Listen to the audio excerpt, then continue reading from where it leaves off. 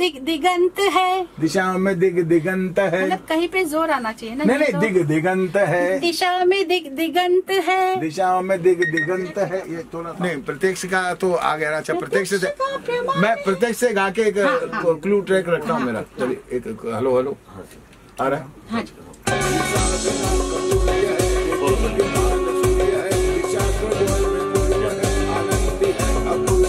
प्रत्यक्ष का प्रमाण है, ये धैर्य है, अभिमान है, प्रभात का गुमान है, ये धरा कमान है, राष्ट्र ये महान है, ये मेरी आन बान है, ये प्यारा हिंदुस्तान है, ये मेरा हिंदुस्तान है। ठीक है, ठीक। सुर थोड़ा ऊपर नीचे है मेरा, चलेगा ना? क्यों तो आगे ना।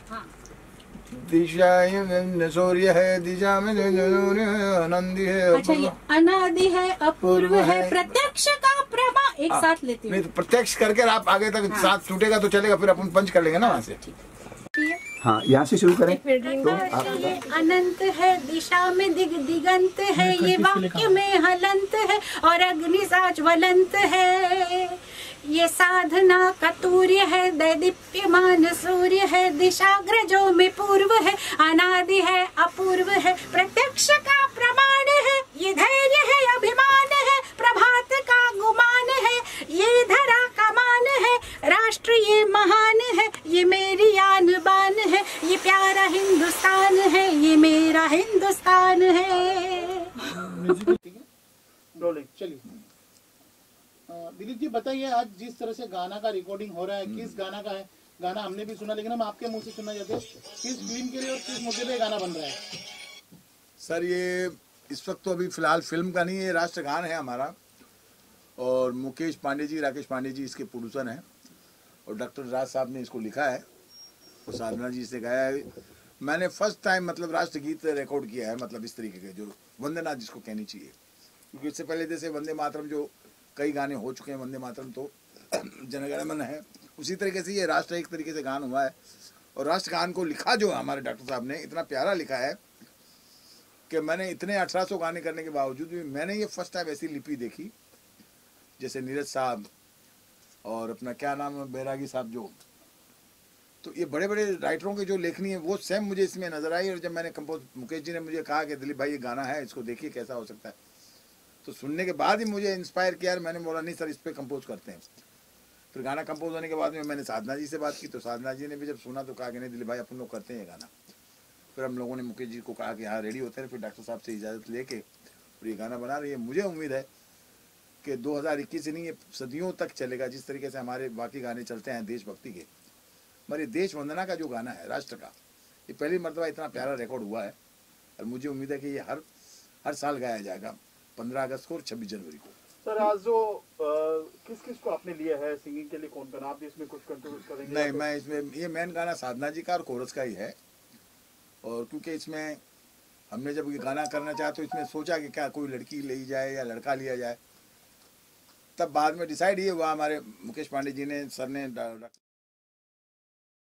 साहब ने ये कहा गया कि भावना किस में ज़्यादा जागती है। तो जब हमने कहा कि भाई लड़के तो काफ़ी गा चुके हैं, जैसे रहमान ने भी अपनी तरफ से गाया है, उन्होंने भी गाया, तो ये पहली मरतबा हमने एक्सपेरिमेंट किया कि नहीं ये साधना जी की आवाज़ होनी चाहिए। साधना जी के आवाज़ में एक जो जादू है, मैं तो यहाँ तक कह सकता हूँ इनके लिए, जब भी मैंने इनके साथ काम किया है, कि साधना जी एक ऐसी सिंगर है कि लता जी के बाद अगर कोई मुझे अगर जो दिल के करीब है तो वो ये साधना जी हैं। क्योंकि बाकी सिंगरों के साथ मैंने, सभी सिंगर मेरे साथ काम किए हैं, सभी ने बहुत अच्छा काम किया, बट जो मैंने जैसे जितनी भी फिल्में मैंने इनके साथ की, जितने भी गाने किए, तो जो एक बड़ी दीदी की फील आती है, तो ये मेरी छोटी लाडली की भी फील आती है, और ये बड़े दिल से हर गाने को गाती हैं।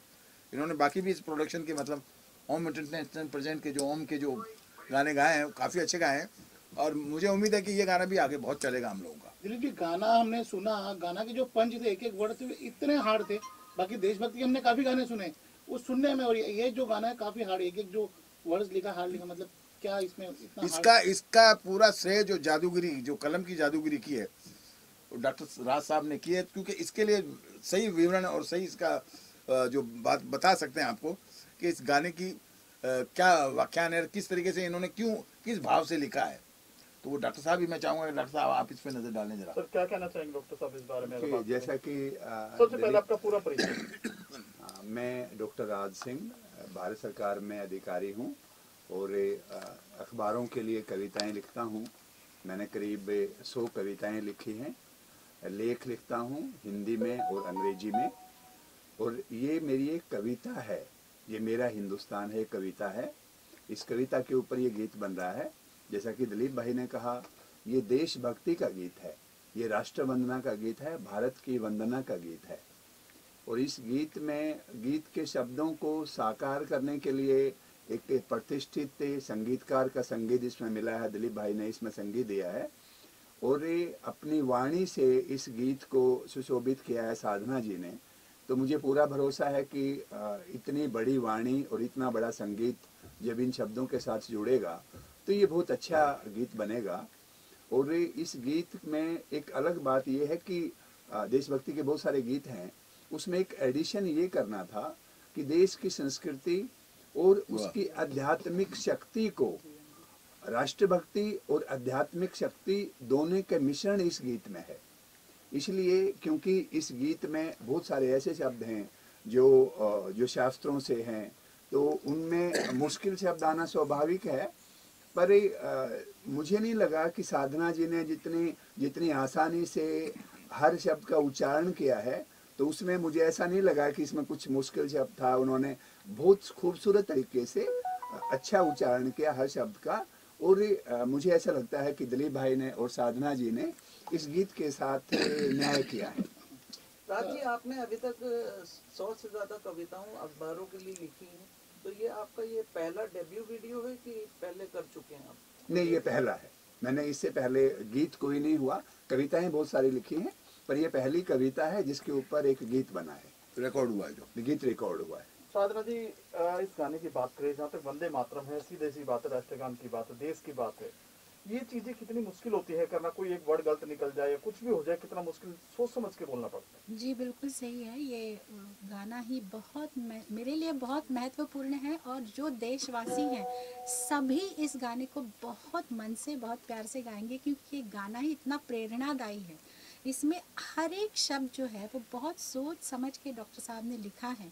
इसमें वो उनका जो काम है वो तो सब जानते हैं कि कितने बड़े पद पे है, लेकिन काव्य प्रतिभा भी इतनी मतलब इतनी बड़ी है, तो ये इस गाने में नज़र आता है। और बहुत बहुत कमाल का ये गाना है। और उन्होंने जिस तरह से एक्सप्लेन किया कि ये गाने के क्या भाव हैं, एक एक शब्द का वर्णन किया, और जो भारत की संस्कृति और आध्यात्मिकता है और राष्ट्र की भक्ति, ये दोनों का मिश्रण, जैसे आपने बहुत सही शब्दों में कहा है, तो मुझे गाने का मौका मिला। मैं दिलीप भाई का बहुत आभार व्यक्त करती हूँ कि दिलीप भाई आपने मुझे मौका दिया, इनके जैसे ग्रेट म्यूजिक डायरेक्टर, और मुकेश जी ने ये सब उठाया है कि हाँ ये करने वाले हैं। तो I am so grateful to all of you. एक लाइन गुनगुनाएंगे आपको, क्या लाइन है साथ में? प्रकाश ये अनंत है, दिशा में दिगंत है, ये वाक्य में हलंत है और अग्नि सा ज्वलंत है। वंदे मातरम, ये साधना का तूर्य है, दैदीप्यमान सूर्य है, दिशा व्रजों में पूर्व है, अनादि है अपूर्व है, प्रत्यक्ष का प्रमाण है, ये धैर्य है अभिमान है, प्रभात का गुमान है, ये धरा कमान है, राष्ट्र में महान है, ये मेरी आन बान है, ये प्यारा हिंदुस्तान है, ये मेरा हिंदुस्तान है। वंदे मातरम। दिलीप जी, इस गाने को लेकर आपसे वीडियो की बात करें, कहीं ना कहीं दिमाग में कुछ गाना बनते ही आपके दिमाग में आ गया होगा, क्या कहना चाहिए? नहीं, देखिए इसमें वीडियो जिस प्रकार का भी बनेगा, क्योंकि देशभक्ति का गाना है, तो हमारे देश में जितनी भी संस्कृति की जो भी चीज़ें धरातल है हमारी, जिसको हम पूरे दुनिया में हम लोग आज प्रख्यात हैं, मतलब हमारी जो शिरोमणि जितनी भी धरा में चीज़ें हुई है, मंदिर कह लो, मठ कह लो, या और भी जो आकर्षक चीज़ें हैं, वो सब इसमें पिक्चराइज होंगी। जिन जिन लोगों ने योगदान दिया है देश के प्रति, उन सभी को इसमें दर्शाया जाएगा। और बाकी तो इसमें जब डायरेक्टर ये लेंगे हमारे मुकेश जी, वो बताएंगे कि इसको किस हिसाब से पिक्चराइज करना है। अभी तक ऐसे देशभक्ति कितने गाने कर चुके हैं आप सर? आपसे बात पूछूं, मेरे ख्याल से देश वंदना तो ये पहली हुई है मेरी। तो देशभक्ति कौन से गाने जो आपके दिल के काफी करीब है, जो आपने गाए बनाए हैं? नहीं, जो मैंने बनाए थे वो सूर्य सिन्हा जी के लिए मैंने बनाए थे, कलकत्ता में हैं वो, विनस्टेक परिवार के लिए। मगर वो अलग थे देशभक्ति के जो होते हैं, जवानों के लिए जैसे होते हैं। मगर प्रॉपर जो एक वंदना जो शब्द जिसको हम कहते हैं ना कि प्रार्थना जो है, ये मैंने पहली मर्तबा रिकॉर्ड की है। और मैं डॉक्टर साहब का बहुत ही शुक्रगुजार हूँ कि इन्होंने इस इतनी अच्छी लेखनी पे मेरे जैसे कोई कलाकार को एक अप्रोच किया। इन लोगों ने, मुकेश जी ने, कि भाई आप कंपोज करो। तो मैं समझता हूँ मैं अपने आप में भाग्यशाली हूँ कि मेरे को ये गाना कंपोज करने का मौका मिला और साधना जी ने गाया और मुकेश पांडे जी, राकेश पांडे जी इसको प्रेजेंट किए हैं। तो मैं समझता हूँ अपने आप में बहुत अच्छा बना है। और रही बात शूटिंग की, तो देखिए तो कब जब अब गाना आज रिकॉर्ड हुआ है, अभी मिक्स होगा, मिक्स होने के बाद में फिर आप लोग ये सोचेंगे कि इसको किस हिसाब से करना है। बाकी बातें तो आपको मुकेश जी बताएंगे इसके लिए। मुकेश जी क्या कुछ कहना चाहेंगे? गाना रिकॉर्ड हो रहा है तो ये गाना कब तक आप शुरू करने की तैयारी है और कब तक लोगों को ये गाना देखने मिलेगा? देखिए, हमारा मानना है कि 31 अक्टूबर को जो है सरदार पटेल जी का जन्मदिन है, जन्म दिवस है, और उस अवसर पे इस गाने को रिलीज करेंगे। क्योंकि सरदार पटेल जी की जो प्रतिमा विश्व की सबसे बड़ी प्रतिमा के रूप में स्थापित करवाया है माननीय प्रधानमंत्री जी ने, और उनके जन्मदिन पे बहुत बड़ा कार्यक्रम जो है आयोजन किया जा रहा है भारत सरकार की तरफ से भी। तो हमारी उम्मीद है कि प्रधानमंत्री जी कार्यालय से भी हम चर्चा करेंगे इसके बारे में कि इसका उद्घाटन विमोचन जो है इस गाने का उनके कर कमलों द्वारा हो। क्योंकि ये वंदे भारत है, ये जो गीत का शीर्षक हमने रखा है वंदे भारत, ये एक ऐसी भावना को आज की जनरेशन को, युवा पीढ़ी को हम देना चाहते हैं। और ख़ास तौर पे जब मैंने डॉक्टर साहब को अप्रोच किया था तो मैंने इनसे यही निवेदन किया था कि ये जो गीत आपने लिखा है वो प्रेरणा स्रोत बनना चाहिए। क्योंकि संगीत आप देखते हैं शादी के ऊपर होता है, ब्याह के ऊपर होता है, पबों के अंदर होता है, अलग अलग विषयों पे संगीत होते हैं, लेकिन आजकल राष्ट्र प्रेम के ऊपर बहुत संगीत कम हो गया। और ऐसे में भारत के ऊपर, हिंदुस्तान के प्रति अपना प्रेम दर्शाने के लिए, और जो लेखनी से इन्होंने लिखा है डॉक्टर साहब ने, वो अद्भुत थी।